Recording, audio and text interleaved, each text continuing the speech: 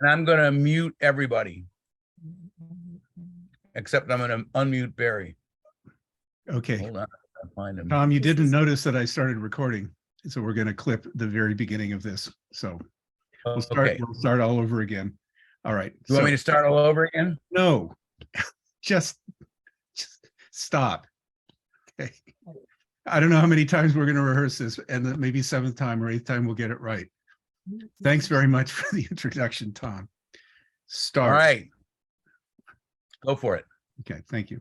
All right, I have been thinking a lot about how to represent the grand piano in this reading, and one thought was, well, simply to take one section and read it straight through with comments, build a structure out of it, very much like the concept of reading out that I talked about the other day at the Kelly Writer's House, using the text itself as a platform, to make more text, more interpretation on top of it.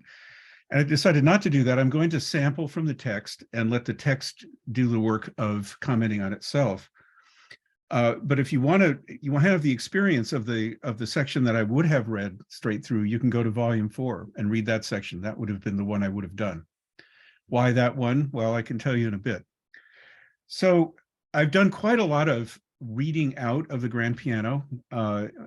In the book Questions of Poetics, there's a whole chapter, and as the work was coming into focus, I would give lectures about the grand piano, and I read it. The entire process was entirely immodest. But what I came up with in that chapter really was, to me, interesting, which is I was trying to figure out what's going on in this non-narrative history with beginnings, middles, and ends, because obviously we're disrupting the whole idea of a beginning and a middle and an end. So I started looking at beginnings and where they were in the text, and they're all over the place. They're in the last volume, there are beginnings, they're distributed throughout. But beginnings are often associated with like opening up first time you ever read a poem by X, by Zukofsky, by Gertrude Stein. The light dawned early. And beginnings could also be performances, often things that happened that were notable in that sense. Middles, well, that's basically the entire grand piano and all of the swirl of events that were happening. And then what counts as ends? At the time, there was a lot of anxiety about how to end the grand piano, since it was open-ended. How are you going to end this? Obviously, it had to end. We decided we'd do 10 volumes. So what were the ends? So I was rethinking this structure, these three categories. And the other day, talking about Larry Eigner, I brought in actor network theory, Bruno Latour's actor network theory, which is, to my mind, a very good framework for thinking about the grand piano as much as the work of Larry Eigner. It kind of joins the two together. And so I was thinking, well, beginnings could be actor, it's where there's an agent of some kind. And middles could be network. That's kind of a social mix, mediation of all kinds. Even writing the grand piano online could be the network. And then theory. Well, end and theory might actually have an interesting relationship. That is, the end of the project may not be a narrative end, but it might be a theoretical upgrade. You're starting at a level plane of experience, but you're making theoretical claims for it. So kind of experimenting with that notion. So I thought I'd sample the work based on that tripartite emphasis. And so what I did, this is what I did this morning today. I'll show you my little plan here. Every volume of the grand piano, I divided it into 3, beginning, middle, and end, or actor network theory, and tried to identify something in that section that worked for that. Okay, well enough. And it was rough and ready. I mean, it wasn't clear exactly which was the most representative moment in such a thing, but at least I went over each one and tried to slot it in. And then I made a matrix, and this is the structure of the event. And using aleatorical techniques such as a rolling of the die, I basically constructed a sampling that would distribute these different categories across 15 sections. And actually, I did 30 sections, and you're only going to hear half of it, which is kind of interesting to me because what you're going to hear is going to be also matched by what you're not going to hear. It's not, you won't hear that part. It's not going to be there. So in recent reading after actor network theory, actually, I was reading a book on Gertrude Stein. I'll recommend it. Sarah Postman's book called Vital Stein. And she's thinking about Gertrude Stein in relationship to the whole 19th century tradition of vitalism. And in the chapter on the making of Americans, which is a very important non-narrative history, let's say, she brings in Otto Weininger. And Weininger has a concept that he calls theoretical biography, and that's what he wants to advance. And so Weininger is writing this book, Sex and Character, which is really a one-off. He's absolutely mad genius, and he dies rather young. But Stein actually picks up on it and uses it in Making of Americans. So there's a concept of theoretical biography, whatever that is. And then there's one quote that I thought was kind of interesting, which is this: all thinking. This is his introduction from Sex and Character. All thinking begins with intermediate generalizations and then develops in two different directions. One toward concepts of even higher abstraction, which encompass ever larger areas of reality by registering properties shared between ever more things. The other toward the intersection of all conceptual lines, the concrete complex unit, the individual, which we can only approach in our thought with the help of an infinite number of qualifications, and which we define by adding to the highest generalization, a thing or something, an infinite number of specific distinguishing features. Well, whether Weininger is a nutcase or not, he inspired Stein in writing The Making of Americans, but I thought that was sort of interesting to begin with this intermediate plane of generalizations and then see which way it's going, upward or towards, towards more generality or more specificity. And what I'm gonna claim is that the grand piano was sort of written at that level of intermediate, the intermedial level. And so that was my guide in thinking this through. So now I'm going to start with my plan to sample from the grand piano.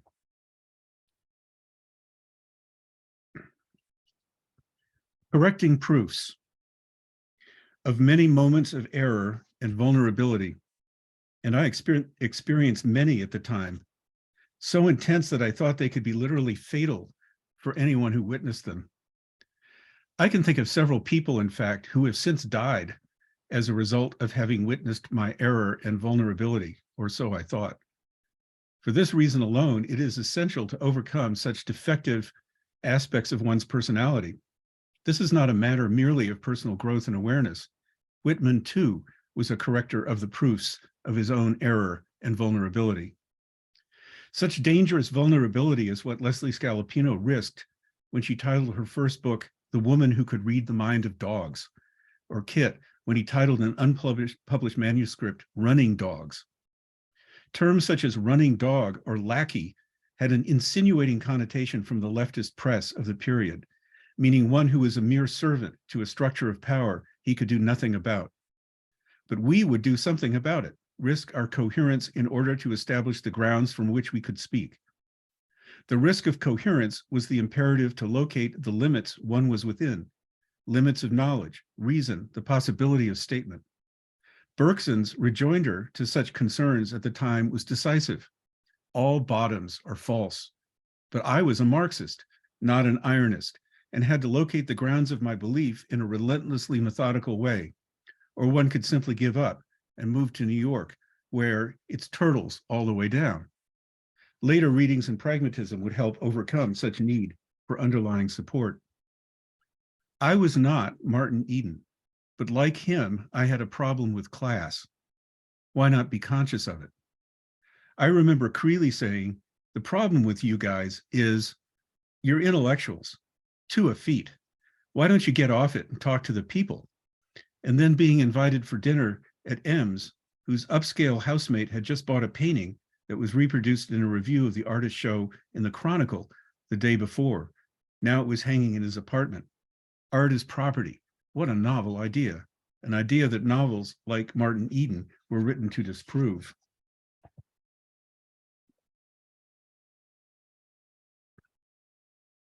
In the indeterminate cinema of social reproduction, prospective illusions unfold.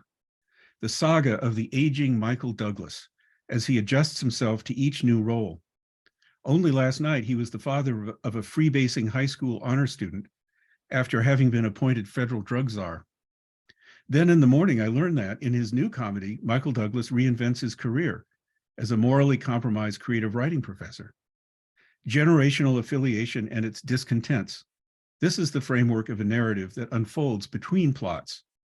In yet another incarnation, Michael Douglas exits the symbolic order via a scene of mistaken identity following an aggressive sexual encounter. Demi Moore is his avatar of desire. His task is to return himself quickly to production. Does the father offer protection?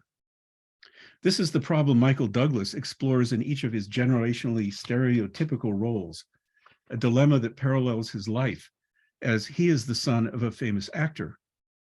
As we assume, Michael Douglas wants to have it both ways, but he cannot. His destiny comes pre-inscribed, and he can only act within certain limits.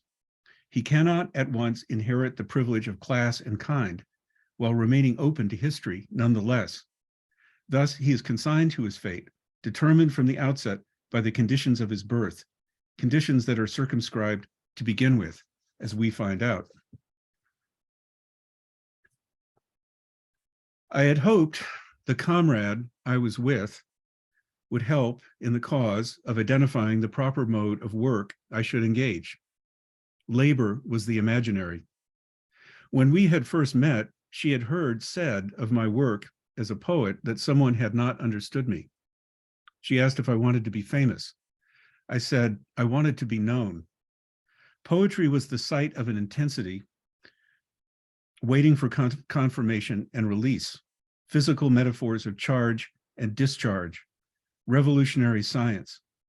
And there had been others: Rosa Luxemburg, WPA murals, Louis Zukowski, Anna Hartman. What was the confirmation of not being understood? That obscurity would cast one's lot in with the fate of revolutionary organizations that needed to double in size every year? Breton praised the lucidity of Trotsky's autobiography, the purity of its prose.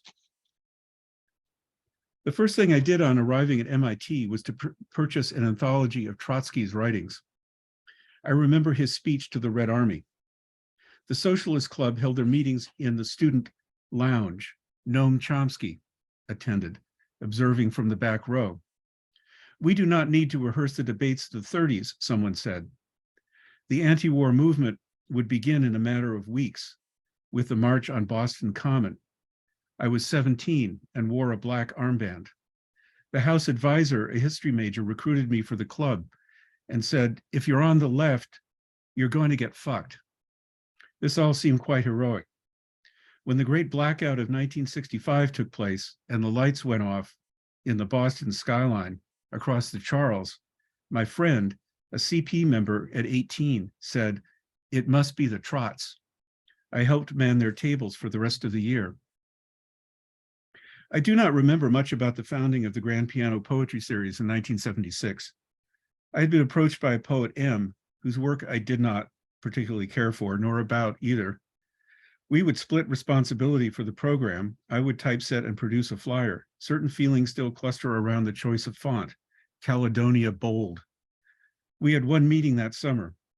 Archival evidence shows that the first reading in the series was by Sandy Berrigan and Maria Gittin. I organized a total of 8 readings that fall, at which point I handed the series and mailing list over to Tom and Ron. And Carla, Steve, Ray, and Ted took it from there. M said I heard later that he was disappointed that a community of poets did not develop out of the series for him. We were not this, I'm sorry. N was a woman of petty bourgeois background who was torn by revolutionary desire. Her father was a personal litigation lawyer in Houston. She was an ironic militant in the best sense. Our actions can only coincide with history, or they do not exist. The political life is an abstract theoretical commitment to this view.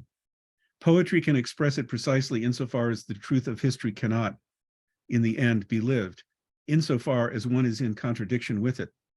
Her commitment led her to a revolutionary party and its ontology of choice. I remained outside it, fascinated but repelled, the better to interiorize the destiny of my class and kind. After we split, she moved to Chicago, where she had some trouble with a fellow cadre, I later heard, before returning to our relationship for a last brief period of intensity.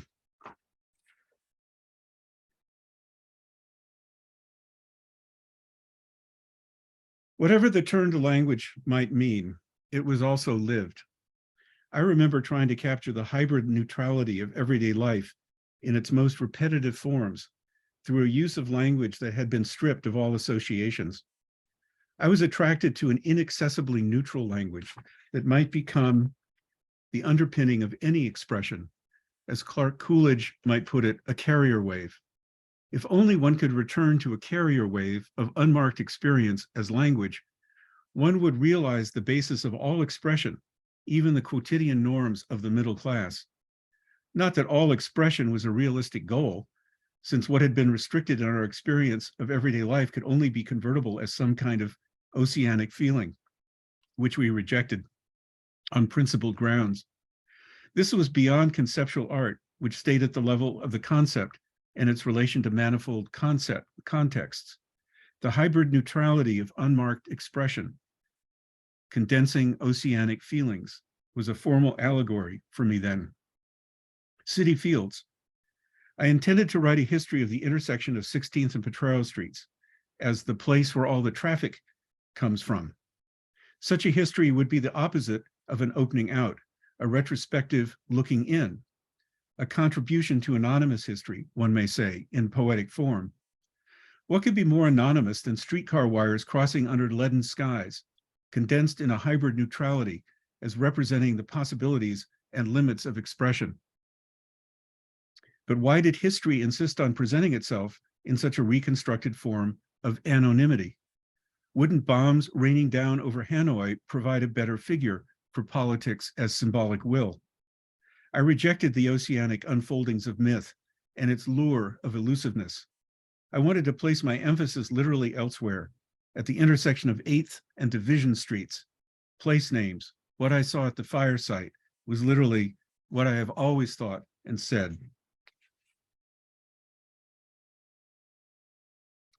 In that seminar, the original model, as far as I am concerned, for all such seminars to come, the Utopian Reading Group, the Collective Talk Series, the Poetics Listserv in the Sky, we read the modern epic, beginning with Pound, Williams, Olson, and ending with Robert Grenier's A Day at the Beach, then a 2-volume tome, one short poem to a page, arguably as much the sunset of Western man as the Maximus poems, though Grenier left any historical work on why that should be so to others. I do not think we read Zukowski's A, or if we did, it was only mentioned in passing. The poem was available in the 1967 and 69 Jonathan Cape and Paris Review editions, which of course I had, but maybe not at the time. The seminar ended with the other graduate students rejecting my proposal that Grenier's A Day at the Beach continued the tradition of the modern epic, though Sherman Paul took the idea seriously and was solicitous of Grenier when he came through to give a well-publicized reading I organized later that spring. I remember from that event the self-canceling nature of Grenier's presentation, as well as the row of Iowa stalwarts sitting in the back, Marvin Bell, Donald Justice, Norman Doobie, Roger Weingarten, who snickered through the whole thing and thought Grenier had lost his mind.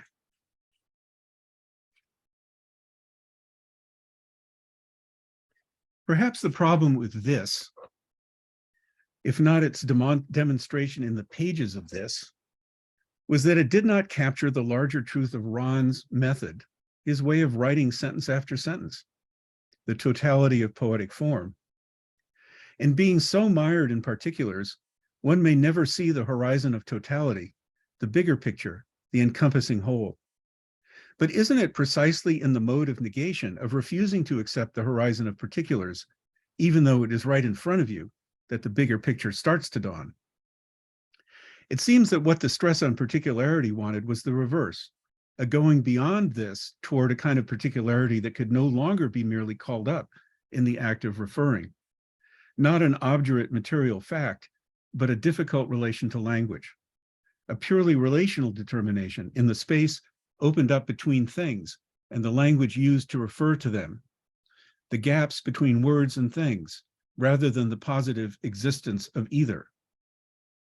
The denial of this, of all acts of pointing to something out there that could be labeled that, thus accedes to a relation between such acts as precondition of the total form.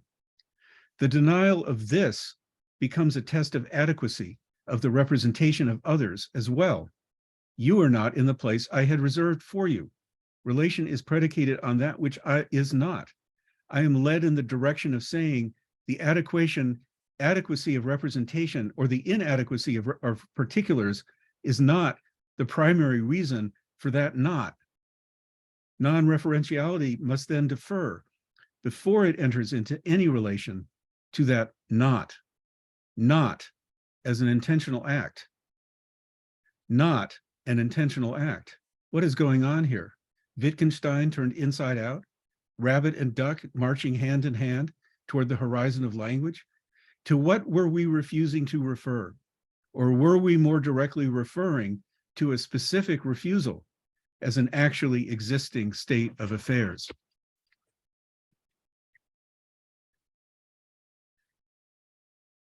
Once, walking in a field in the Sierra foothills, I picked up a rock, one of many in a field of rocks, all of which were red, volcanic.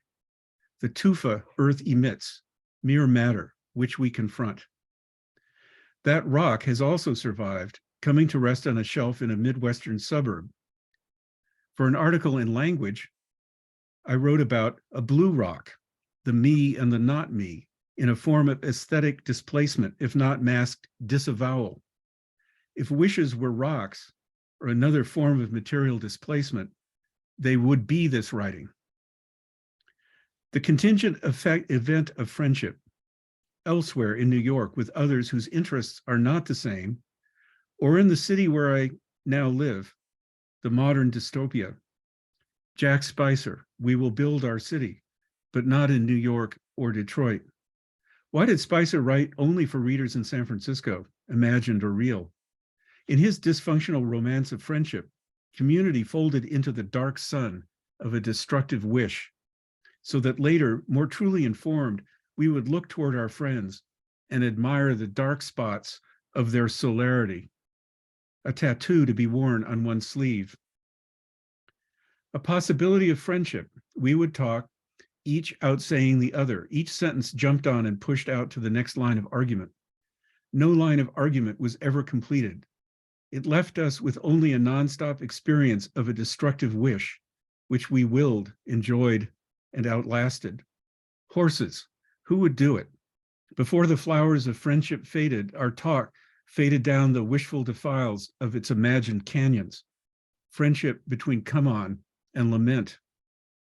Another, it is a kind of steady state avoidance, but there is a deep logic to this non-contact, a kind of circling around a place where there would be or could be a fire on the beach. Some kid throws an aerosol can into the fire and it explodes. The kid runs back into the dunes, jumps into his car, accelerates. The fire explodes. Sparks shower everywhere. In the middle of the ashes, a burned out aerosol can, only trace of the night's unrecoverable excess.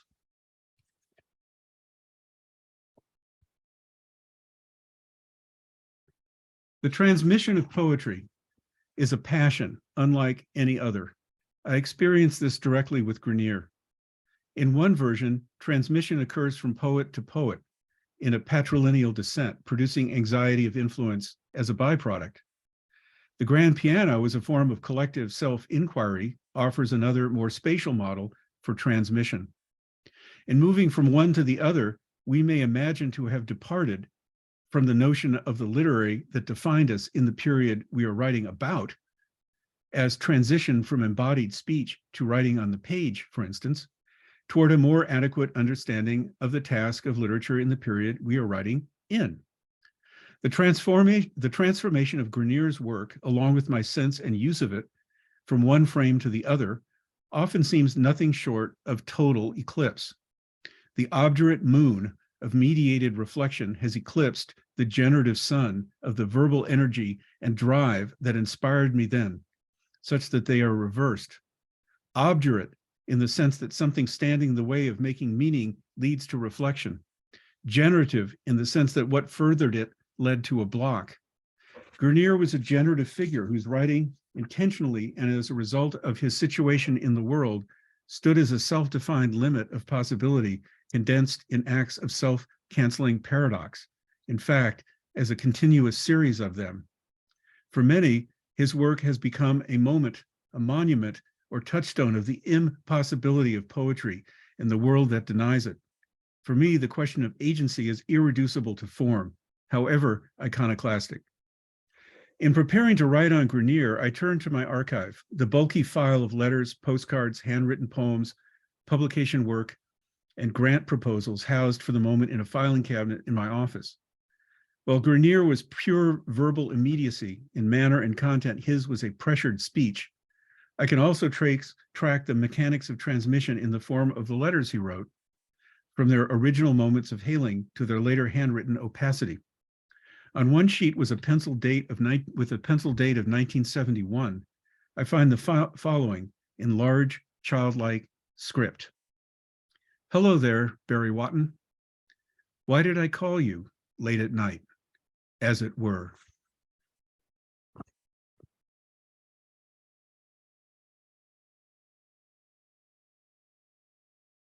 The authors are in eternity, but we were in everyday life, under the aspect of materiality. Louis Zukofsky was our name for the unnameable paradigm shift of the moment, unlinked from his actual position in a Hegelian unfolding toward a violent anti-historicism, literariness of poetics, the first step along the way to undoing our learned Marxism toward a moment in which we are Democrats, but we have no name, and historical emptiness that would be converted into a politics, a poetics, if only. The day on which I wrote Silence, the centerpiece of 1 to 10, was a Saturday like any other writing day. I had been browsing in an academic edition of Donne, caught up by the notes. What does paraphrase mean for a reading of Donne? The night before, I had had a dream of excessively violent proportions. Every detail of the dream was vivid and perceptible as I wrote, fitting subjective correlatives to the dream into the language of the footnotes to Donne. As well, the literal content of the dream survived for some time afterwards. I remember telling this to Dee with a certain amount of hubris, as if to say, my dream is so much a fact of the present that not writing it down both signifies and doesn't need to, and that is the content of the poem. Of course, since then I have forgotten the dream entirely. Perhaps I wrote Silence in the middle of the night. Before having the dream, I later remembered it as recording. I still think I will somehow recover the dream from deep within the interior to this day.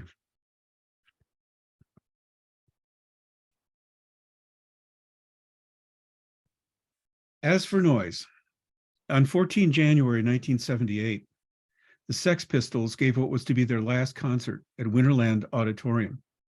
I remember the posters for the event, even an excited buzz at its approach, and a review in the Chronicle that praised the spectacle with no mention of the chaos and confusion going on backstage. That is for another account, not mine. I would not have given a thought to going to an apocalyptic show in that period. Likewise, I passed up a ride to Altamont in December 1969, another key moment of the history that forms and deforms us. What is the imperative of popular culture? In the same period, Althusser's concept of hailing gained currency as a theory of individuation at the behest of the mass. I say, ideology hails us, and we respond, it's me. How very original. to know ourselves in myriad instances of collective address, each with its own memory trace. I say, in the late 70s, popular culture was a redundant bore, that rock music in particular wallowed in stale ideas, and that something like a new measure was necessary. For some, it may have been Donna Summers's I Feel Love. For me, without question, it was to be hailed by Anarchy in the UK. Within the year, I made my first trip to England, where I hooked up with Eric Mottram, Alan Fisher, and Chris Cheek. I remember, apropos popular culture, taking in The Godfather Part 2 when it appeared in 1974. This was in a theater out on the avenues, probably in the company of N. When Kay informs Michael that she has aborted his baby, a chorus of displeasure welled from the crowd. Bitch, a black man hurled from the back. When I visited New York in the 70s, I often stayed on Bowery Street across from CBGB's. Not once did I go in. Quite clearly, we were too busy making our own scene. If there were a question of culture, it was going to be our own response. I'm sorry I missed the Sex. I am sorry I missed the Sex Pistols and CBGB's. Had I been at Winterland that night, I would have heard God Save the Queen, EMI, Holidays in the Sun, No Feelings, Pretty Vacant. My education would have begun right there.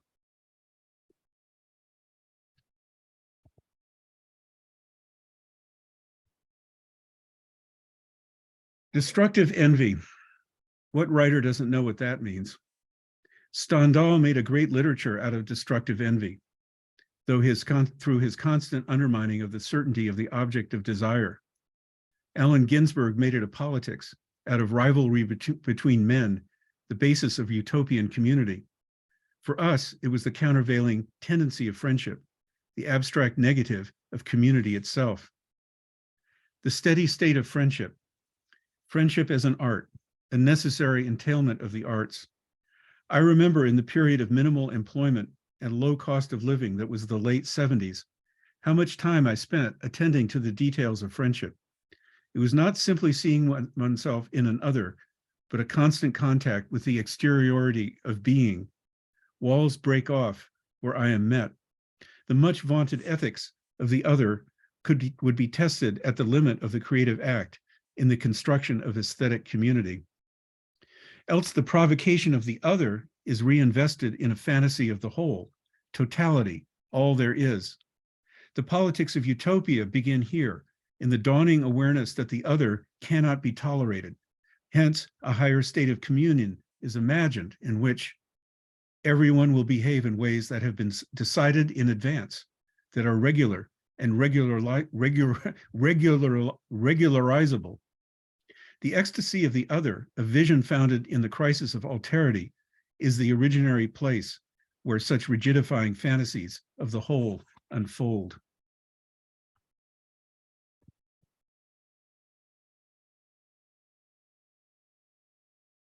I would not stoop to allegory. If my motives were entirely clear to me, they would be to elaborate or put into play the terms by which a poetics may be constructed. Jodie Foster, poster child of gender theory, explores the alterity of interstellar space in Contact, directed by Robert Zemeckis, 1997. As a lengthy article in Wikipedia explains, the story follows the relentless efforts of the film's protagonist, Foster, to search for evidence of extraterrestrial intelligence by listening for contact via radio astronomy, which would be the greatest achievement for the history of history. The film explores what might happen if such contact indeed were made and the enormous difficulties of coming to understand that event. Portentous discussions about relativism and truth follow this allegory of science seeking to know itself through an outside. This is not Jack Spicer's outside, nor Jean Cocteau's, though they may be compared. I remember being riveted by the premise until undeveloped plot conflicts unraveled the film's credibility. Still, as the surrealists would have liked, some improbable and gorgeous non sequiturs are staged as scenes. One concerns instructions that sentient beings elsewhere send to Earth embedded in an undecodable historical image of Hitler's address to the 1936 Olympics, no less. Embedded in the image are complete instructions as as from an erector set for building a three-dimensional machine for single occupant space travel, its exact purpose unknown. This is the film's first oniric scene. The second occurs when the resulting machine itself is built as influence of gender theory, to be sure. It is pointed not outward to expansive domination, but inward toward the dimensional core of Earth. A feminist vehicle that will propel Dr. Arroway, Jodie Foster, into the unknown, not to dominate it, but to know it in another way. I do not remember what she finds out and have only skimmed the synopsis. In the third gorgeous scene, Dr. Arroway in her trans-dimensional vehicle scuds between parallel worlds, a vision of immortality. The rest of the plot turns out not to be worth the effort, so I leave her suspended there in interstellar space. Perhaps she never really went anywhere. Her recording devices show only static. What really occurred is a matter for debate.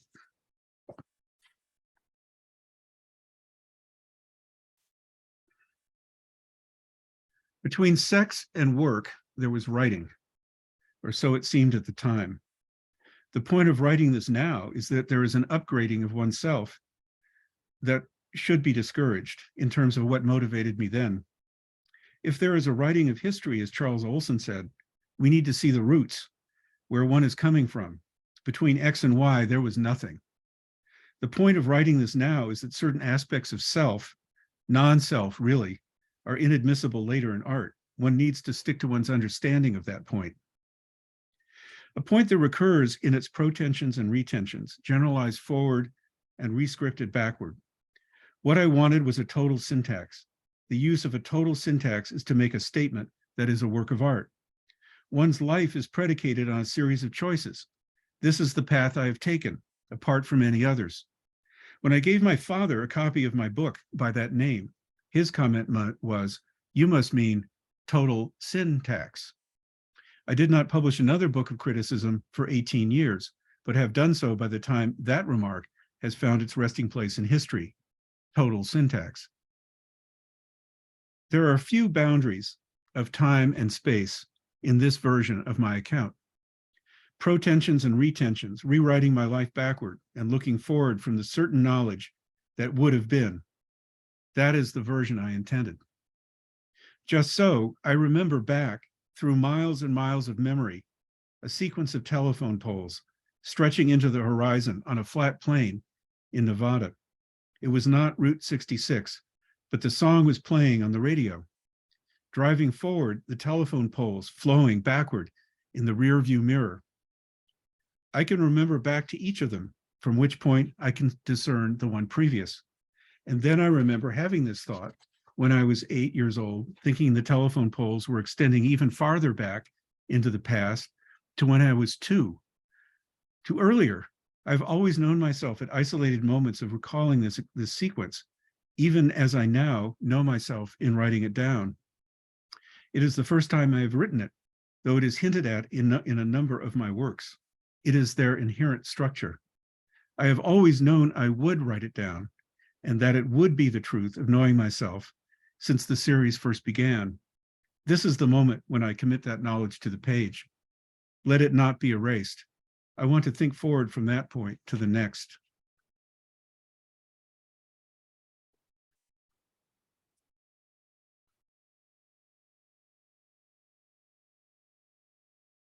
Believe me, I am a poet and a professor. I inherited the chair of poetry from my noble predecessor, having been singled out from hundreds of job applicants. I practice a bastardized will to power as poetic correlative to my original disavowal of mere existence, such that nothing of my origins will survive, except my original and bastard professorship. No, nothing like that has been said, nor should it have been. I am a poet and professor, teaching poetics and modernist studies in Detroit, where I learn every day about the world my students come from and the world I am in. Legitimacy stems from the moment of that encounter, as it has all along. That includes the legitimacy of poetry, which is to deny mere existence as an argument of power, which is to deny mere existence as an argument of power, and to refuse inheritance as a transmission of its force. A professor is of a very low rank. A philosopher is of higher rank than a professor. A poet is also of higher rank than a professor. Poet and philosopher are of superior rank as opposed to the deficient status of the professor. The door is open to poets and philosophers, original geniuses and gods of theory. But poetry wants an equivalence, whereas philosophy wants a hierarchy. Or is it the other way around? Professors are thought to teach what has already been accomplished, while poets and philosophers make their works and discourse on truth for all time.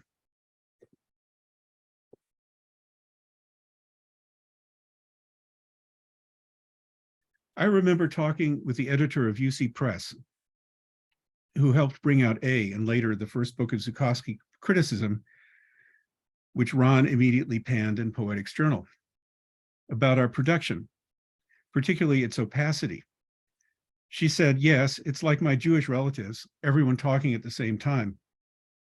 At the same time, A24 is the apotheosis of the Christian tradition, possibly one of the most redemptive moments in American literature.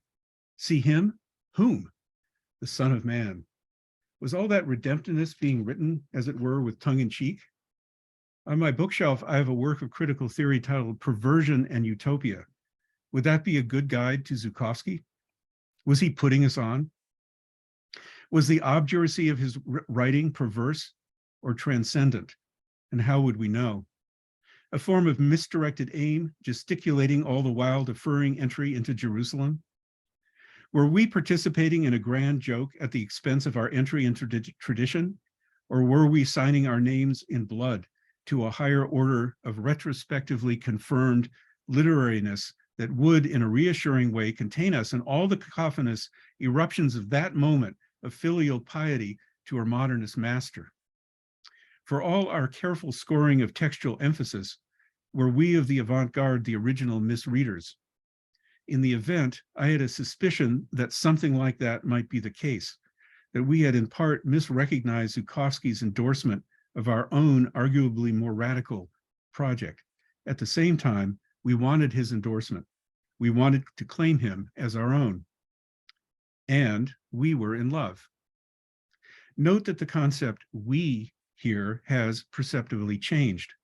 Suspicious of each other, we entered into the binding constraints of a publicly authorized performance, eyes fixed straight ahead, concentrating on our task and the text in hand, which was to give over, to render Zukofsky in a form that would be meaningful as it was directly addressed to the outer limits of what in language could be known.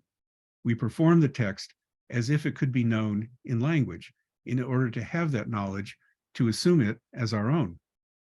We were married by Zukofsky in the state of modernist apotheosis, county of temporal crisis. Later, in temporal fact and legal fiction as it happened, we were married in the state of California, county of Alameda, in the same Alameda County Courthouse where Edwin W. Meese, later Attorney General, ruled the roost for many years as one of the last representatives of the old guard Republicans, of the old guard Republican oligarchy that made the city of Oakland mean what it did to everyone at the time: oppression. There is a famous photograph of Black Panther Party members raising their fists at the Art Deco monument of the Alameda County Courthouse. I was in the crowd of supporters that witnessed that salute. Later, Meese would return as facilitator of the Meese Commission report, another document of oppression. Let us pause to remember Edwin W. Meese.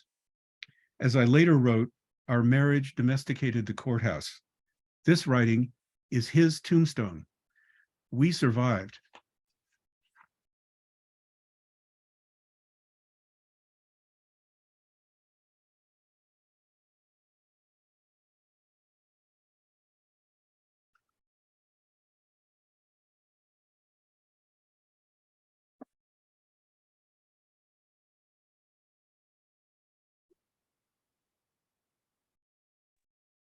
Now, Tom is supposed to return as the host. Yeah, here I am. I'm moderator, sorry. and, So we're going to have, I've got it, Barrett. First of all, Barrett, that was great. Secondly, we now can have a brief or extended, relatively extended question and answer discussion period. Might be a good idea now, if you've had your screen on presenter view, it would be probably a good idea at this point to turn it over to gallery view. And you can do that by looking in the top right-hand corner, and you'll see a view. And so why don't you do that? Change it to gallery view, and unmute yourself if you'd like to ask a question. And let me please open the floor, and let's see if somebody has a question or a comment. What say you? I have a Did comment. anybody hear? Yes? Speak up. I'm not sure that I'm right about this, but I think that I'm noticing an interesting use of the non sequitur, both from one sentence to the next, but also from the front of the sentence to the back of the sentence.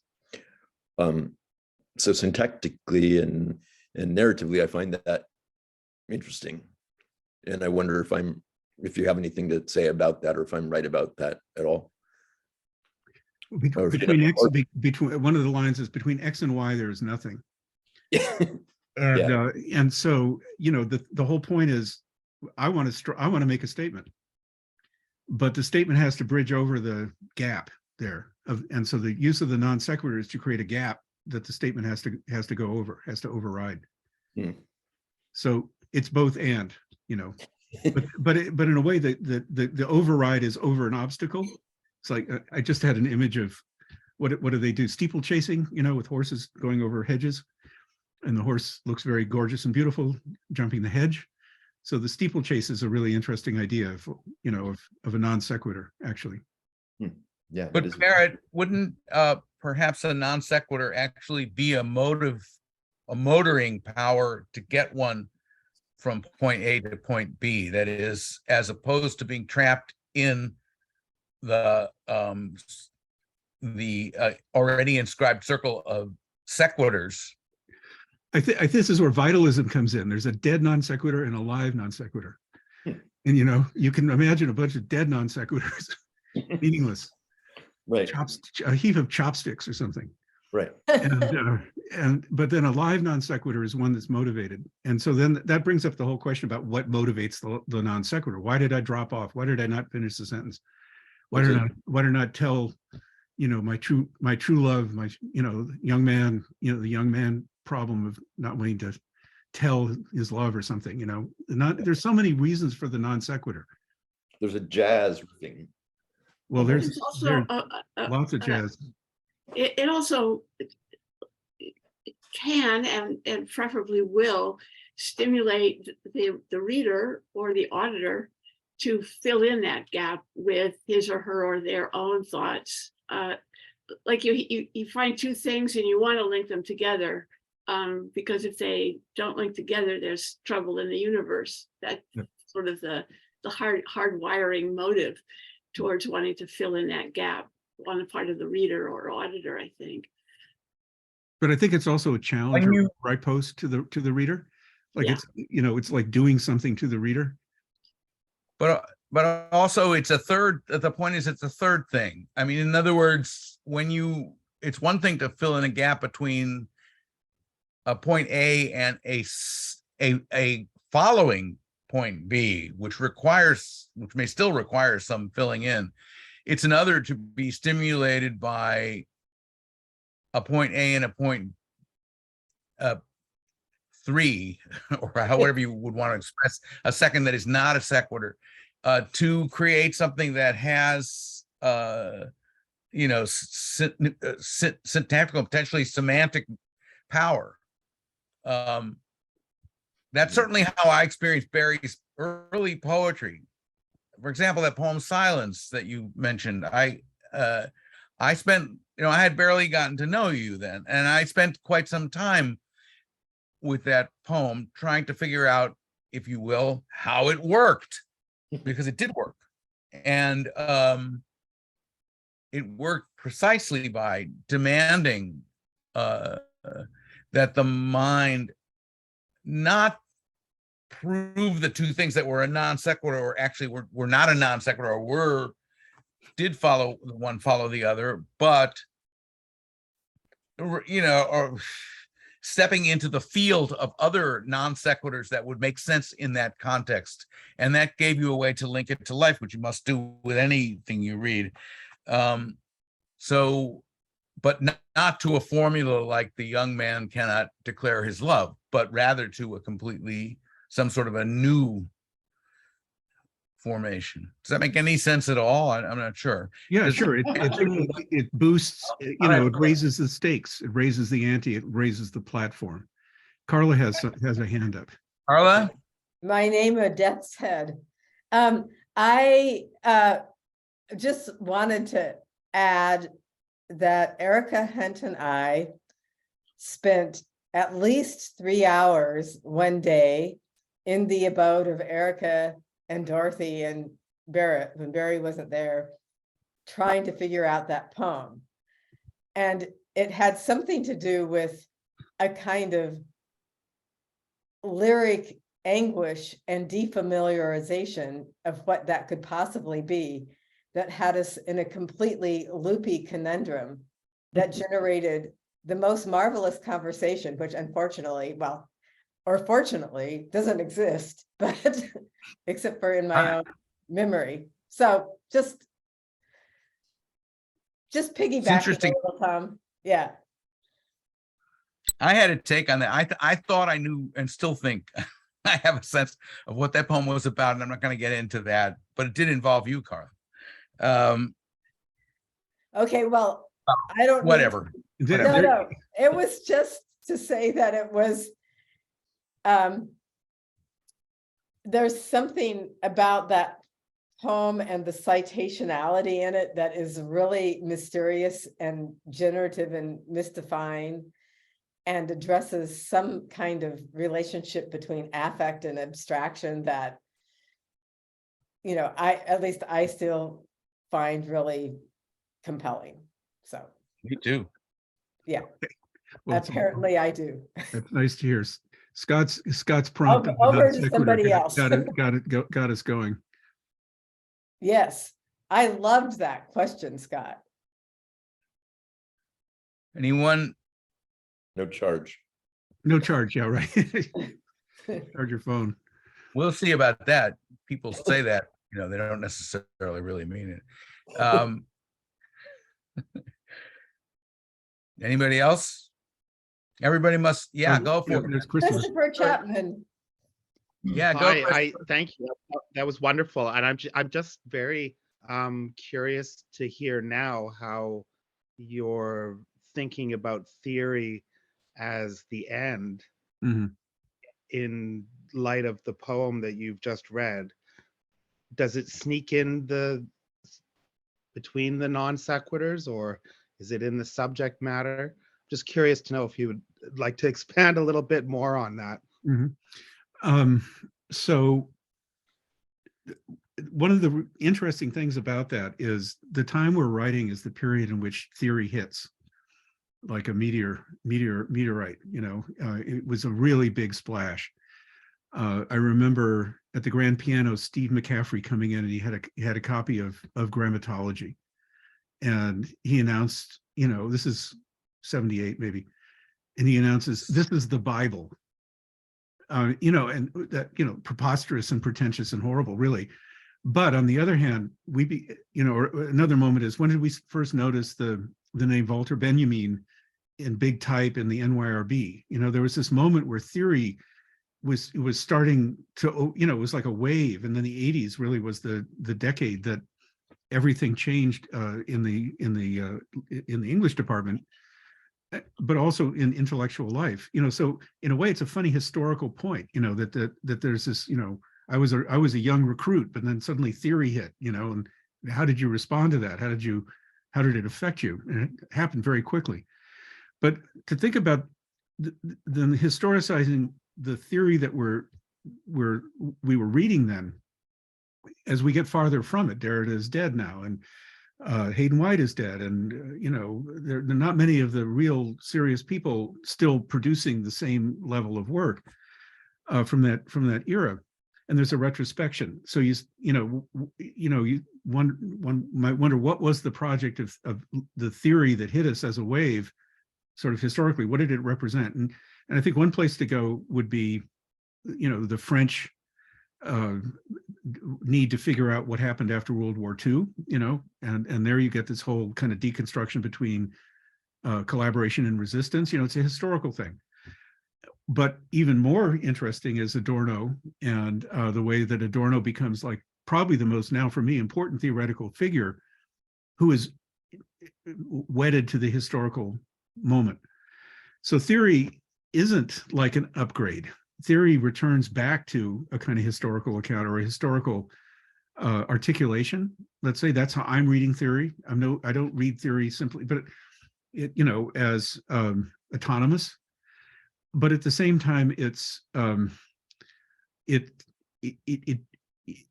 could be the question of the ends of theory. The end of theory, what is the end of theory, could be asked, right? Because the end of theory doesn't seem like the end of time or the end of history. It's a different kind of end. What is the use of theory? What's the end of it? What was it about? What's it for? Are we still reading Derrida if Derrida is no longer producing? And so it's so funny that when I got to, one reason I came to Wayne State, of all places to go, was partly its history and class politics, but also I was invited to there was a conference, and Gayatri Spivak was there, and there was a lot of theory going on, and Jerry Heron and Ross Pudeloff and two other people edited a volume called The Ends of Theory, and that's where I published my article on non-narrative and the construction of history about Russia. So the ends of theory, they were asking this question: what are the ends of theory? And my answer was non-narrative history was the ends of theory. So I guess it's a live open discussion about what theory one is reading, how it is articulating, and how it works with poetics. And I think maybe that's a very big question that I want to devote more time to. Is, okay, here's poetics. I know I'm committed to poetics, no question about it. So what's my theoretical? What are my theoretical stakes? What's my investment? What do I really adhere to? And some of that becomes a kind of revisionist account. I no longer have the same regard for Jameson, frankly, as I did for quite a long time, and there are reasons for that. And yet I still, have a very high regard for, say, Adorno. So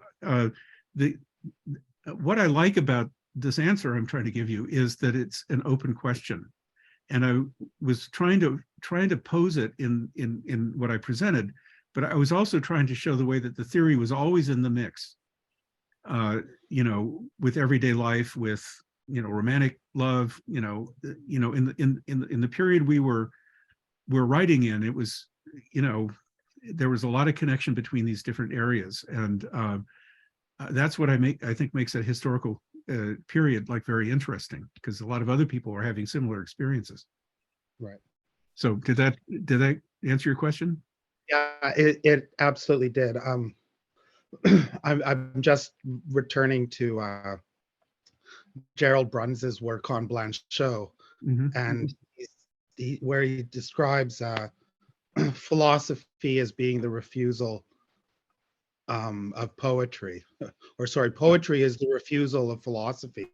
Yeah. And the consequence for him, for Jerry, is that poetry is not about making it new, but it lives in this place of understanding that we grow terribly old, but will never die. Yeah, well, that's okay. I'd like to add one. Sorry, no problem there. But a way of thinking about the fragment, and I appreciate what you're saying very much. If I may add one thing, I remember shortly after Steve came to town, and I remember a conversation between you and me, Barry, actually, about the issue of Derrida. And I mean, it was something that was live for you at that point, and in fact, you were well, I mean, at least somewhat reactive to Steve, which is in the nature of the friendships we all had at that time. You said, "Oh, we don't need to read that. You just need to do your work."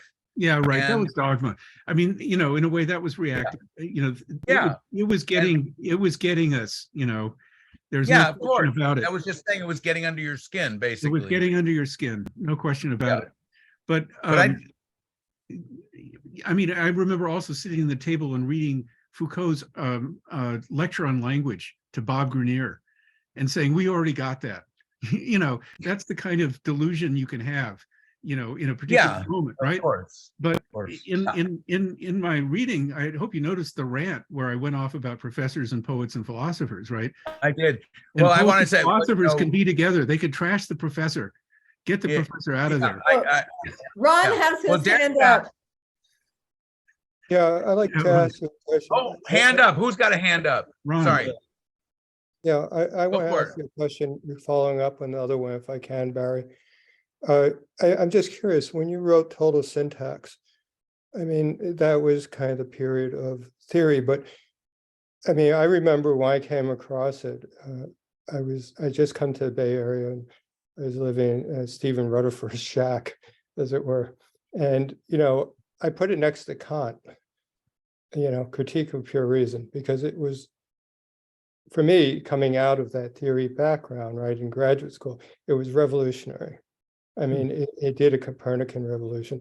I mean, the notions of particularity, the stress upon particularity, scale, dialectical negativity, you know, which, or at least what I'm hearing in your reading today is, you know, formalized in poetics, stays with me. I'm just curious, how did you maintain that? I mean, one could take an account of community, certainly, but I mean, how did you maintain that distance? Because, you know, reading kind of, you know, Foucault or Derrida, et cetera, it reduces things, it reduces all those things in a reading of grammatology and or a distribution of power by institutional power. But you maintain these structures which allow kind of a different understanding that seemed very much grounded in the materiality of artwork and problems of scale and negativity and so on and so forth. So I'm just curious if I could ask you, how did you maintain that? I mean, I'm Yeah. kind of, you know. Okay, Yeah. so when I, you know, it was kind of remarkable that, you know, how did that book get written? You know, most people write a book like that after they've done their qualifying exams and passed their prospectus exams and have a dissertation director. I had none of that. It was I don't think you absolutely, could have. it was a spontaneous work of literary criticism coming from someone who had not yet been trained, you know, and I